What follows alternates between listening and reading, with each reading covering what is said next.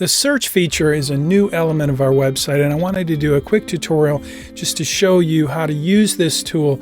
It's very powerful. So I just posted recently all of our checklists.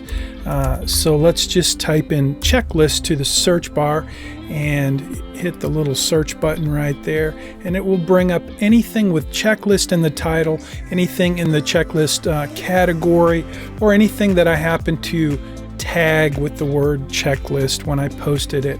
So here's a recent post. This is checklist with links, and I think what we have here is all of our checklists for 2022. There's 102 of them, so this is a great page to use for this tutorial for the search. So on this page I'm using a Mac computer, so I'm just going to hit Command F. That brings up the search. And you see I've got Roth there. Let's say small business. So there we go, small business. You can see on the page now everything that has the word small business in the title will be highlighted.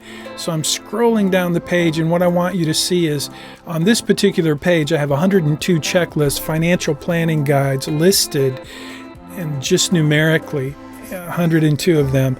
And then I broke it out into categories. So each of these resources are on this page listed more than once. But if you notice, if you scroll all the way to the bottom, you'll see we have links for them. So you can actually click on, let's say you want to research, or you want to work on your small business retirement planning, and you want to see what kind of resources we have. So here's a checklist or a flow chart. It's actually a checklist of small business owner retirement plans.